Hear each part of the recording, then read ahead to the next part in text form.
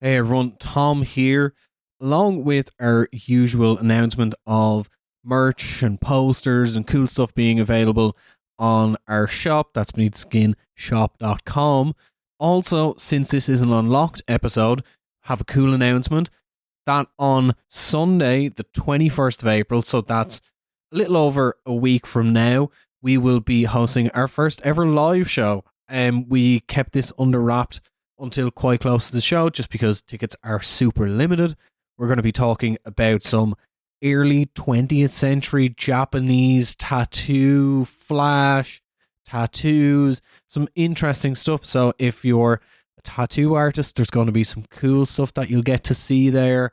Check it out. Tickets, like I said, are super limited, and we're doing this in conjunction with Leather Lane Tattooing in Holborn. So if you want to come along next Sunday, it's at 3 p.m. at Leather Lane Tattoo. All the details are on Eventbrite, and the link is in the description. Anyway, hope you enjoyed this episode, and talk to you soon.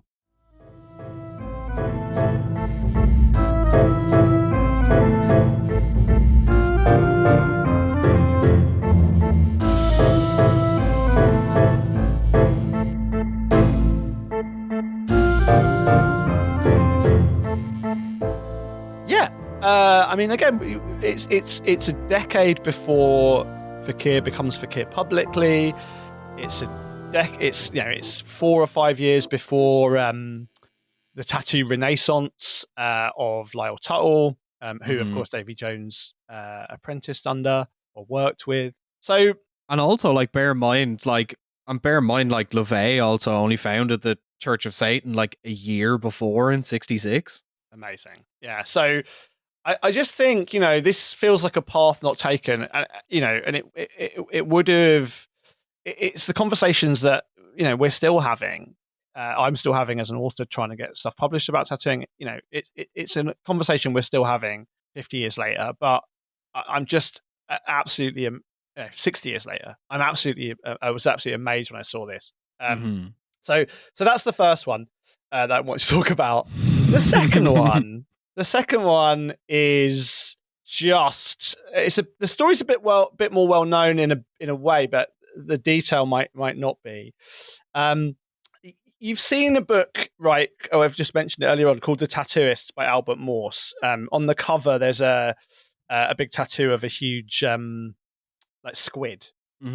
Yeah, done by Ed Hardy. If you Google The Tattooists by Albert Morse, so you can see. I'm looking at it. You'll know that you've seen that tattoo, right? Presumably before. This absolutely incredible kind of back piece, sort of full back piece down onto the legs of a big red squid, done by Ed Hardy on a guy called Andrew John Leames. I think it's pronounced Leames, Lemes. It may be Lemis, but we'll call him Leames. Known to his friends as John. And we'll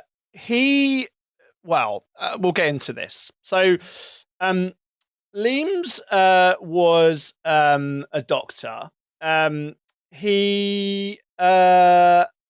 are we? He'd was quite young. He'd graduated in the late 60s with looking to go into a specialism in psychiatry. Let me bring this up. There we go. So he was from Pennsylvania, I think I'm right in saying. Sorry, I didn't have the right document open here. There we go. So he's from Pennsylvania, and he was fairly young. This story takes place about a decade after the one we were just talking about, in the mid to late 70s. So yeah, Andrew John Leames, known to his friends as John. He graduated from the University of Missouri School of Medicine and began a residency in psychiatry. He graduated in 1973, so he was fairly kind of young, fairly recent graduate when he started getting tattooed by Hardy. He talked in a sort of much later interview, actually, or sort of brief interview with him, about having been tattooed for over 100 hours, Hardy, and he got very close to Ed over the course of getting tattooed extensively. And one of the interesting things, I think, to come back to that episode we did about the Tattoo the Earth tour, is what happens when someone who's not from tattooing, not from the world of tattooing, thinks that you fall in love with it hard and deep and quick, and think that they have the insight to change it, to bring to it something that was missing. So basically, Leames had over 24 sessions of tattooing. He spent over $10,000 of his of 1970s dollars on his back piece. And talking to Ed and chatting to Ed for a long time, he basically worked out or realized that, like, oh, hey, why is there no information out there about tattooing? I'm an academic. I'm a scholarly man. I'm a doctor. I want to know more about tattooing.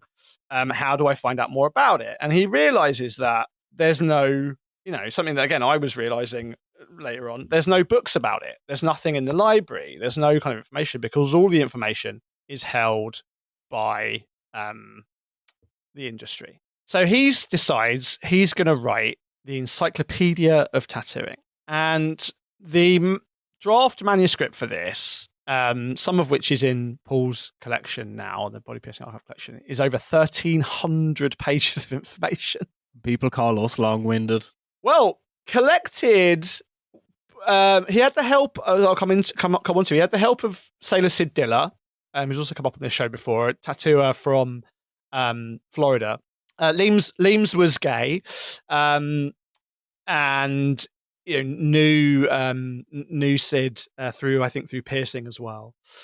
So Sid was helping him out, and they basically sort of took it upon themselves to get any information they could find that had been published. And this is something that I do now by using Google Scholar, right, and using digitized libraries, interlibrary loads and everything. They actually just physically wrote to, like, the Library of Congress and the Smithsonian and every university they could think of, and got sent copies and copies and copies of, like, basically like a huge bibliography of information on tattooing, none of which actually was new to me, because I've found it all, and others before me have found it all in the modern era. But this was all basically found manually. I mean, it would have saved, as I said, me lots and lots of work had this been published in 1978.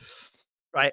So this project is enormous, and the task of compiling it goes on for years, like starting in about 1976, and going on through into the 1980s, early 1980s. Although there's a sort of break point, as we'll get to, at the end of the 70s.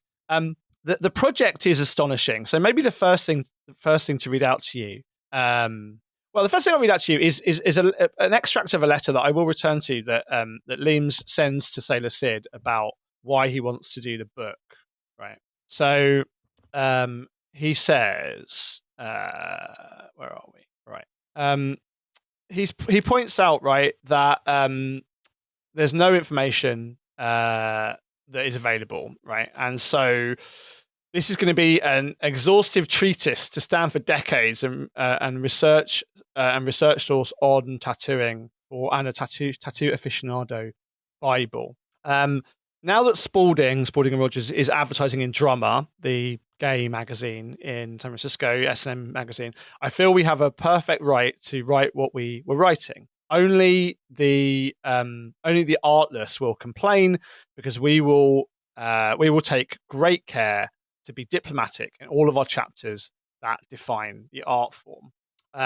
Then he says, only if false ideas are exposed can tattooing artistry advance. For instance, glass blowers were similarly afraid of having their craft secrets exposed. Books were written recently which did just that, and their artistry cannot be learned by mere verbal description. So he basically sort of says, even though many of the tattooers he's spoken to says, no, we're not telling you how this is done. This is trade secrets. This is stuff that we don't share with the general public. Around the same time in the UK magazines, the same conversations happening. We talked a bit about it in relation to Rudy Inhelder's magazine as well. Like tattooers were partly for kind of, ethical reasons and also partly just to protect their own business for kind of, bottom line reasons, very reticent to share information about how to do tattooing with non-specialists. And Leans comes in as... even with each other as well, like that classic case of like Sailor Jerry, like having fake wrong flash.